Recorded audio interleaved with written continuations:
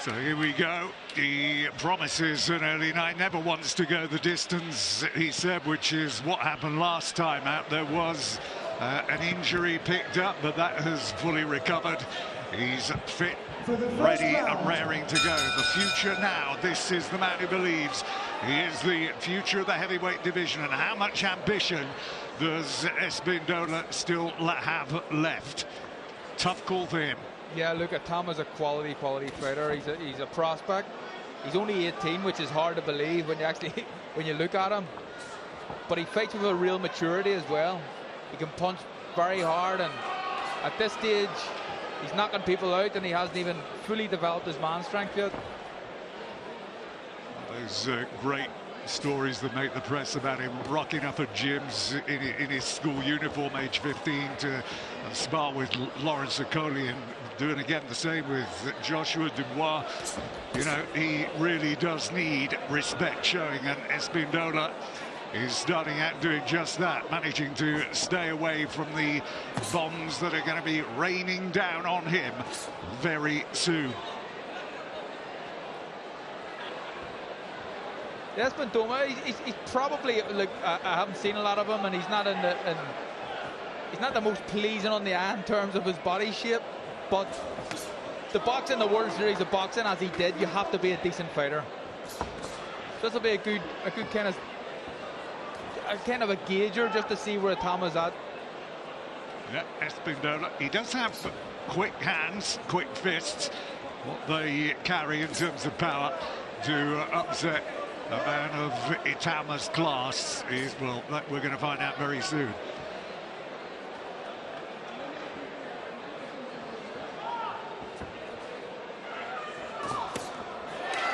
Good feints there from Itauma just before he landed the shots.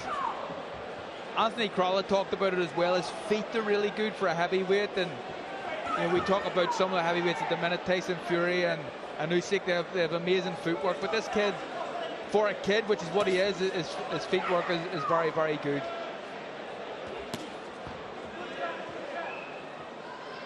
Doing it sensibly here, not rushing out and just unloading punches on his opponent. He's taking his time. Yeah, he had a bit of an issue in his last fight that went the distance. Where he'd hurt his hand, but Steve Bunt's the line that he used, he wouldn't be a very good poker player because he told the whole crowd and everyone knew that he had a hand injury, which these are all little things you need to pick up and learn as your career progresses. But as I said, he's still a baby, 18 years of age. Well, coming to the end of the first round, hasn't really given Espindola much to think about, but he's clearly landed the greater number of scoring shots and will be the winner of this round. There he goes, and those two very swift right hands.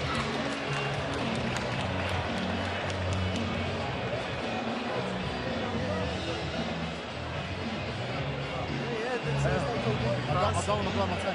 Yeah, no problem. Right. Yeah, all good, yeah? Good.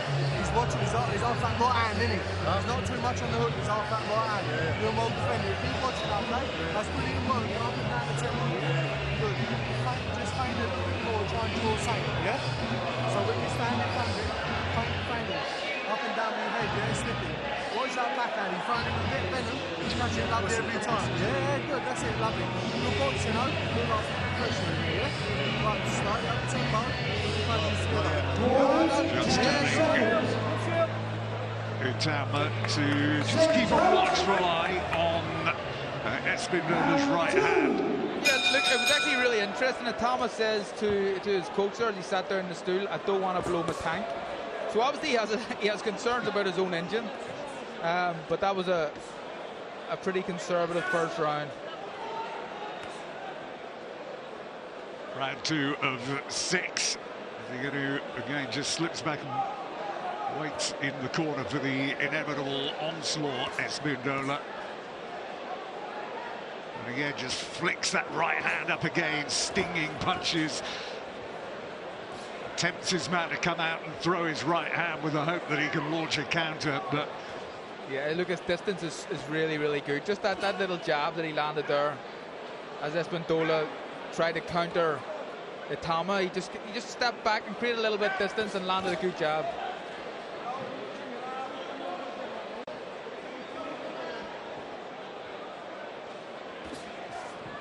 He has buckled down and held on for the long haul at the full 10 rounds with Ivan Dichko last June, Espindola, so there is a degree of durability there, but it's more about whether or not he has the ambition to do anything here, apart from become the latest prey for the rising star of the heavyweight division. And again, that right hand just flicked up, stinging the face again of Espindola, who's trying his best to keep the distance such that he's not going to be on the end of anything big, but you feel like you're biding your time here. Yeah, look, I think Espindola, one of his issues is he's just fearful to punch, and because he's going to get countered, and he has been countered easily anytime he does throw a shot, so that's one of his issues here. But it's almost like he's kind of happy just not to get hit, or not to get hit clean, rather than try and win himself. But that was a lovely body shot from Itauma. Yeah, trying to soften up the already soft midsection. Goes in with the uppercut there as well.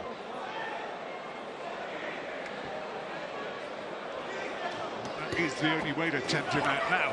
Espindola comes in to swing his right hand, see if he can do any damage, but it's only temporary.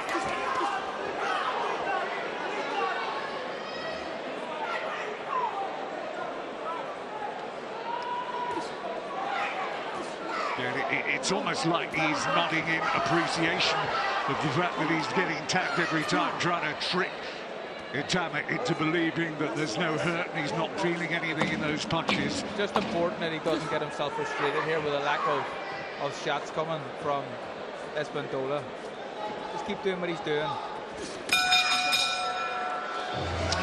Well, one way round again. It's Itauma's. So what? They may go up. You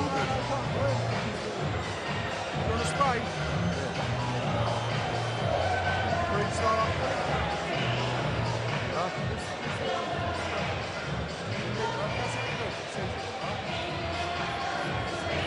Hágalo bravo, va.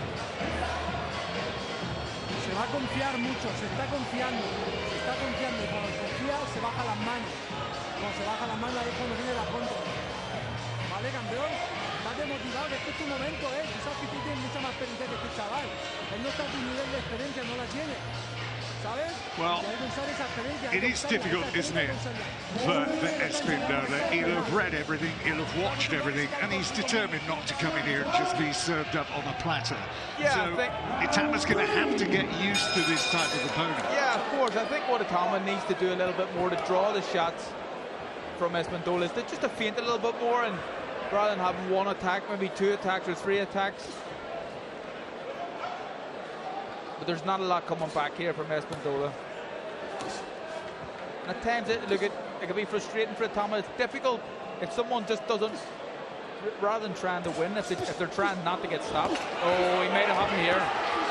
He's trying to do just that, and again... He's a solid chin, this guy. Yeah. He was hit with some pretty clean shots there, but he took them well. But it's harder. The point I was trying to make is it's pretty difficult. If someone is just trying to not really trying to win, but trying not to get knocked out, it's difficult to knock them out at times. 3 wins, 10 KOs rather for Itauma. But the publicity is going a long way before him. Everybody who gets in the ring is pretty much knowing everything that there is to know about him. He will have nights which are frustrating, but he has got to remain calm. Patience, composure, perseverance, attributes he's going to need as he plows on through this heavyweight division. Itauma could be putting the punches together a little bit more and a little bit more frequently when he has Espindola in them positions on the ropes. or in the corner. But that kind of little remark he made at the end of the first round, I don't want to blow my gas tank, kind of suggests that he has concerns about his own engine. Again, Itauma is there. The right hand lands into the body. Itauma's best he can do is again a wild swing out just to keep Itauma off him.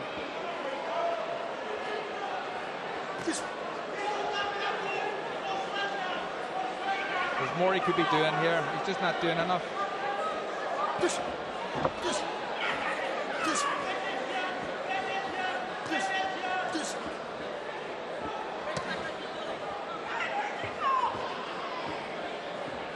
There's no reason why not that Itauma couldn't be putting four, 5, 6 punch combinations together. But that was good work there, but he needs to do more of it. Espindola must feel like it's coming. It's arriving soon. The power building, the accuracy improving, the defense beginning to lack.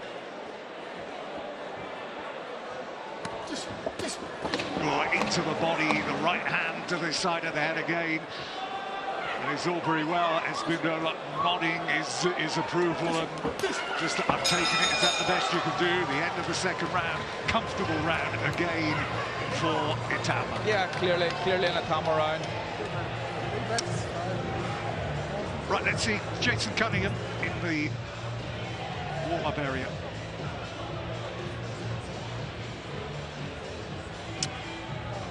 The Iceman, as he is known.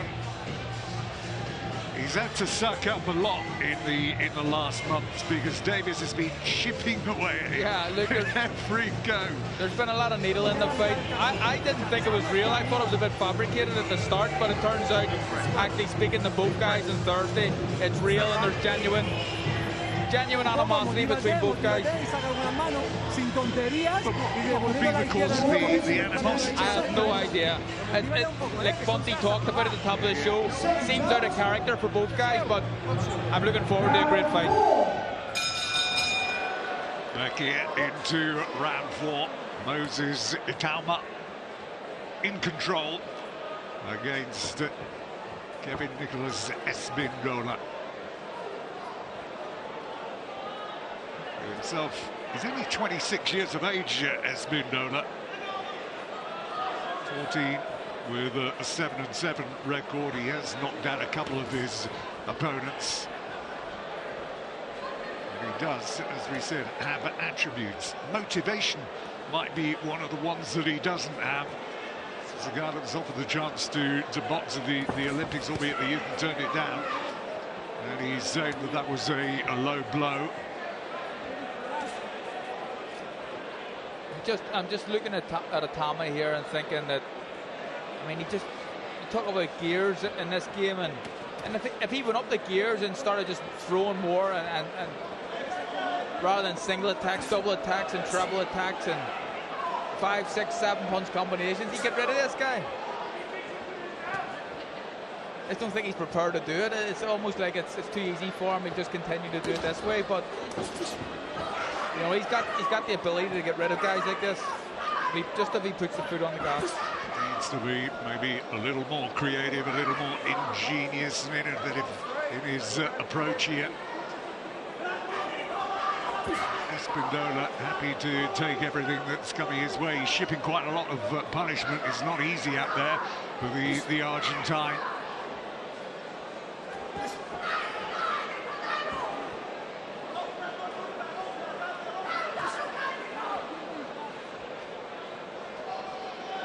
There just to survive, to ride out this 6 rounds here, to persevere. He's been tempted out very few times to have a go at Itauma. I mean, this is so one-sided. It's getting a bit boring, isn't it? It's one of them fights where I'm just willing and hoping that Itauma's going to do a little bit more, and he get rid of this guy, no doubt about it. Tries to go to the body. There's the right hand from Espindola that finds the chin of Itauma, but there's little in it to worry him.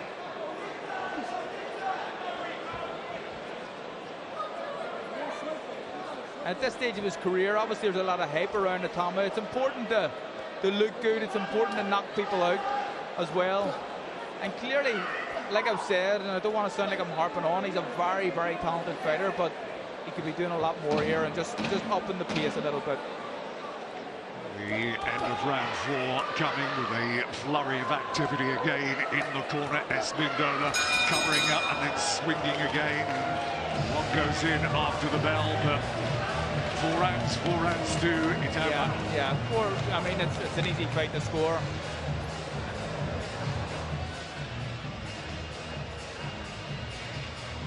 Here's some of the action. Some good work there. That was at the end of the round, and that left arm probably just landed on the bell.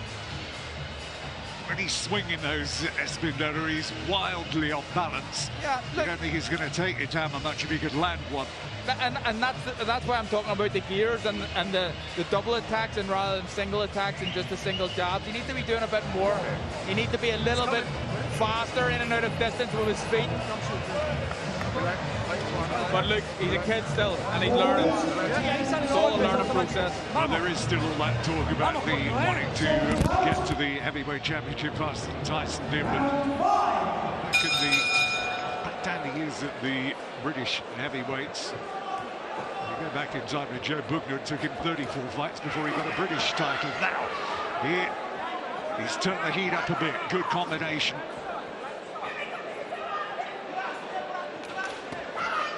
Again into the corner, covering up.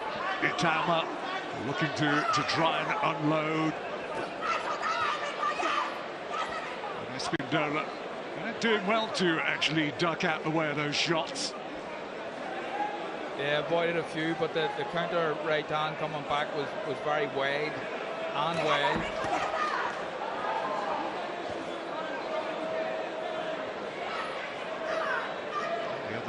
Bruno went 21 before that loss to Bone Crusher Smith. Lennox 89 to 93 before the title win, the fight with Tony Tucker.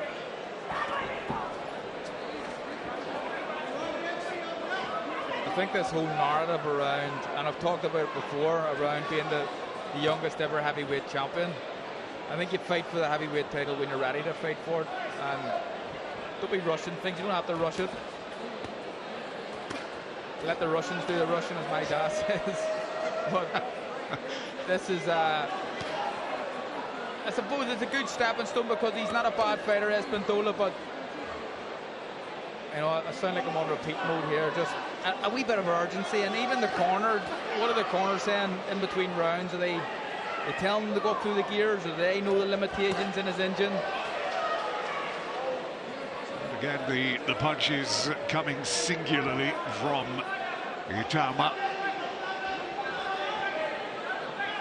Again, looking to try and duck under that defense and launch an uppercut or a left hook in. And again, Espindola's quick to find a way out, frustrating his man. And it's almost like he needs to get it out. He needs to get angry in there. And this is more like it. This is it.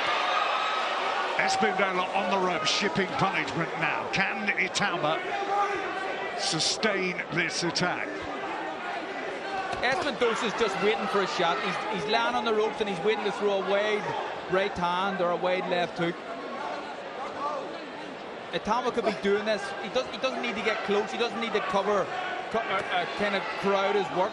He can be doing it from a distance that's safe for him, that Espindola can't touch him at. And he could be peppering the head of this guy. He just needs to let his hands go a bit more. Again, Espindola slipping those big shots that were raining in. End of round 5 here. Again, there's certainly been more urgency. And that was a great left hand that bludgeoned its way through for a good number of years now. And they know there'll be times, there will be opponents when you can't go in and literally blow everybody out. You've got to deal with what is there, and he is just very awkward. 6th and final round. Could he end with a flourish? There was disappointment from Itauma that he didn't finish the last fight and he went the distance. He said he doesn't like going the distance, but Espindola is doing his best to make sure he has a long and difficult night. I think what he's doing as well is he's trying to look for the perfect shot rather than just let his hands go, and he's trying to make it like super clean.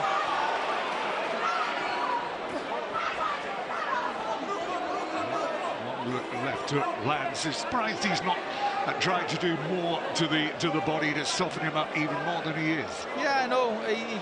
He's went to the body every now and again, but that uppercut's working as well. But Espindola does well to hold on after he takes one or two shots.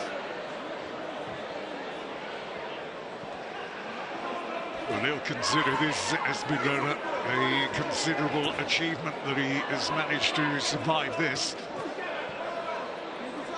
And it's important that Itauma doesn't get disappointed in the fact that he didn't do what he obviously wanted to do, which was finish it early.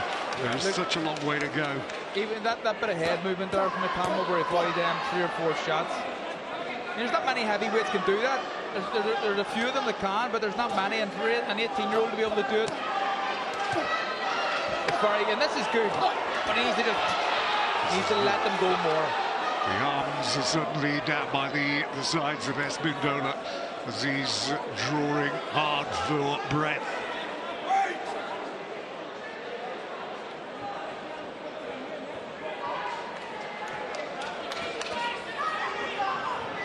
Got a minute left to survive, Espindola.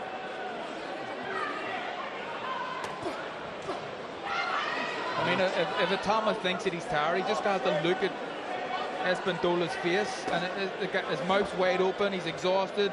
The shots that he's throwing they're one, big kind of haymakers from the back of the room because he is exhausted, and that's why we talk about how important it is to go through the gears to get rid of guys like this. His way through again this time. Uses the hook to the body.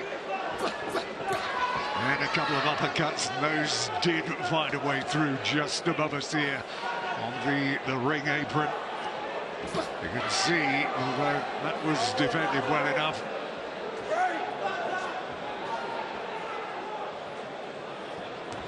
But he's been battered and he's going to be very bruised in the morning. And that was a great left hook. Moves it to the body. Again, comes in with a big right hand. Now he switches to the body again. Can he finish it? No, it's too late. And it's just a shame, Carl, that explosion that we saw came in the final 10 seconds. I mean, he heard the clubber for the last 10 seconds, and he had a burst like that. He could have been doing that rounds before. Look, I don't want to sound like I'm critical of the kid. I think he's a very, very talented fighter. He knows his way around the ring. Punch selection is really good. Feet are really good. But I just want to see more gears. I want to see him go through the gears when he has the opportunity. And that was the perfect opponent to go through the gears on. Someone who lays against the rope, waiting to counter. And I think once he does that, once he gets his engine a bit better, this kid could go all the way. Does there need to be a bit more realism now surrounding him and all the hype, and we just need to just back off a bit and let him develop and let him build his career? Absolutely. Look, he's a heavyweight, an 18-year-old heavyweight fighting big men. You know what I mean? It's not like the amateur game where you hit these guys and they're falling over. This is a different story. It's a different game, but he's got so much potential. Thomas Streiber with the scores. Ladies and gentlemen, after 6 rounds of boxing, our referee in charge, Kevin Parker, scores this contest 60-54 for your winner and still undefeated Moses Itauma. Moses Itauma then goes to 4-0. The future of the heavyweight division rolls on undefeated. Bigger tests, though, to come.